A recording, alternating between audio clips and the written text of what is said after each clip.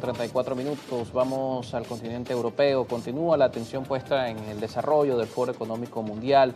El segundo día del encuentro de los líderes mundiales en Davos, que denunciaron un sistema cada vez más coercitivo por parte de los países poderosos en un momento de tensión entre Estados Unidos y Europa por el control de Groenlandia y la amenaza de nuevos aranceles. Consideramos al pueblo de los Estados Unidos no solo aliados, sino también nuestros amigos. Y hundirnos en una espiral descendente solo beneficiaría a los mismos adversarios, que ambos nos comprometemos a mantener fuera del panorama estratégico. Por lo tanto, nuestra respuesta será firme, unida y proporcional. Por eso estamos trabajando en un paquete para apoyar la seguridad del Ártico. Primer principio, solidaridad con Groenlandia y el Reino de Dinamarca. La soberanía e integridad de ese territorio son innegociables.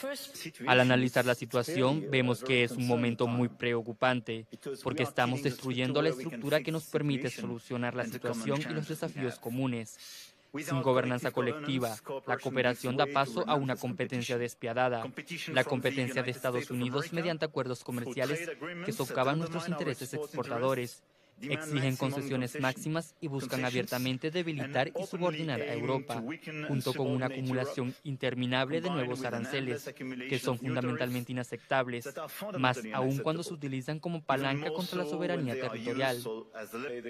Las grandes potencias pueden permitirse por ahora actuar por su cuenta. Tienen el tamaño del mercado, la capacidad militar y la influencia para dictar las condiciones. Las potencias intermedias no. Pero cuando solo negociamos bilateralmente con una potencia hegemónica, negociamos desde la debilidad, aceptamos lo que se nos ofrece, competimos entre nosotros para ser los más complacientes. Esto no es soberanía, es ejercer la soberanía aceptando la subordinación. Nos mantenemos en Europa. Una incursión nocturna de las fuerzas rusas ha dejado miles de hogares en calefacción en Kiev, en una jornada donde las temperaturas han caído hasta los menos 14 grados. El alcalde de la capital ucraniana informó que no hubo fallecidos, pero varios edificios sufrieron daños, incluida una escuela primaria. Asimismo, denunció que una gran parte de la ciudad ha quedado sin suministro de agua corriente debido a los impactos. Estas acciones se producen apenas una semana después de la mayor represalia de Moscú contra la infraestructura energética de Kiev desde que comenzó este conflicto entre Rusia y Ucrania hace casi 4 años.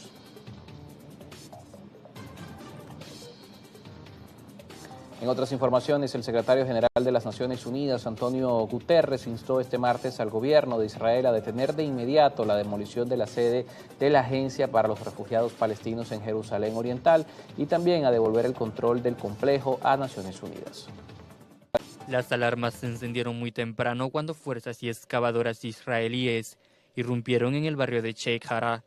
Según reportes oficiales, los efectivos desalojaron a los guardias de seguridad del recinto, les confiscaron sus equipos de comunicación y dieron inicio a la destrucción de las instalaciones. Guterres condenó enérgicamente este operativo, calificándolo como una violación directa a las leyes internacionales. A través de su portavoz, el líder de la ONU recordó que este recinto diplomático es inviolable y que las acciones de Israel son incompatibles con sus obligaciones ante la comunidad mundial. Esta demolición ocurre tras una reciente decisión del Parlamento israelí de retirar la inmunidad a la agencia y expropiar sus terrenos. Aunque Israel justifica la medida alegando supuestos vínculos políticos, la Corte Internacional de Justicia ha señalado anteriormente que no se han presentado pruebas que respalden dichas acusaciones. Ampliamos información sobre las tensiones entre Estados Unidos y Europa por el tema Groenlandia. El presidente Donald Trump aseguró que pensaba que los líderes europeos no se opondrían demasiado a su intención de comprar Groenlandia. No creo que se resistan demasiado. Tenemos que conseguirlo. Ellos tienen que hacerlo. No pueden protegerlo. Dinamarca es un pueblo maravilloso y conozco a sus líderes. Son muy buenas personas, pero ni siquiera van allí. Y como el barco llegó allí hace 500 años y luego se fue, eso no te da el título de propiedad. Así que hablaremos de ello con las distintas personas. Trump aseguró además que había acordado una reunión de varias partes en la cumbre de las élites mundiales de Davos sobre su intento de apoderarse de Groenlandia. El intento de Trump de comprar el territorio autónomo danés ha sacudido el orden global y el presidente estadounidense ha aumentado la presión sobre los líderes europeos por su rechazo a su plan de apoderarse de la estratégica isla ártica. Trump ha insistido en que Estados Unidos necesita el vasto territorio de Groenlandia, con Rusia y China incrementando sus actividades militares cerca y el hielo del Ártico derritiéndose debido al cambio climático. El primer ministro de Francia, Sébastien Lecornu, aprobó este martes una parte clave del presupuesto nacional para 2026 sin el voto del Parlamento, una maniobra legal que busca evitar el bloqueo político, pero que lo obliga a enfrentar nuevas amenazas de destitución por parte de la oposición.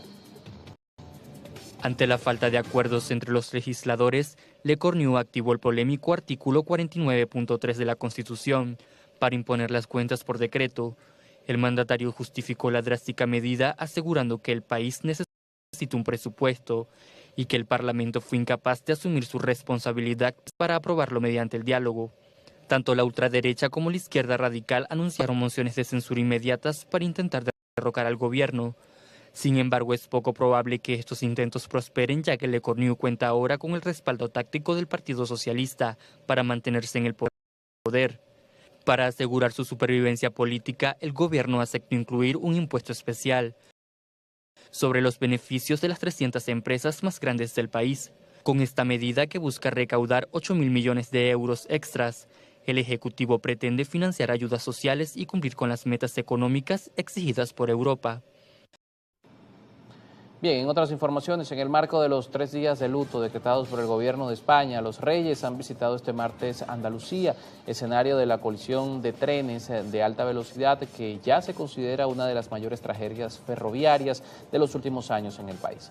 El rey Felipe VI y la reina Leticia llegaron un poco antes de mediodía a la localidad de Ademuz, en Córdoba, epicentro del incidente que se ha cobrado la vida, como mencionamos más temprano, de más de 40 personas. Esta misma jornada, los equipos de emergencia localizaron otra víctima entre los restos del convoy y también esto eleva la cifra oficial de fallecidos, además de las 39 personas que, recordemos, permanecen hospitalizadas en distintos centros sanitarios de la comunidad. El accidente ocurrió el pasado domingo cuando cerca de 500 pasajeros viajaban en los 2 trenes que circulaban por vías paralelas, cuando 2 vagones del convoy que cubría la ruta Málaga-Madrid se descarrilaron e impactaron con un tren que pasaba sentido contrario. Por el momento, las autoridades descartan el exceso de velocidad, el error humano o la hipótesis de un sabotaje. La investigación se centra ahora en el estado de la infraestructura, luego de detectarse una posible rotura de carril en un tramo de la vía que había sido renovado recientemente.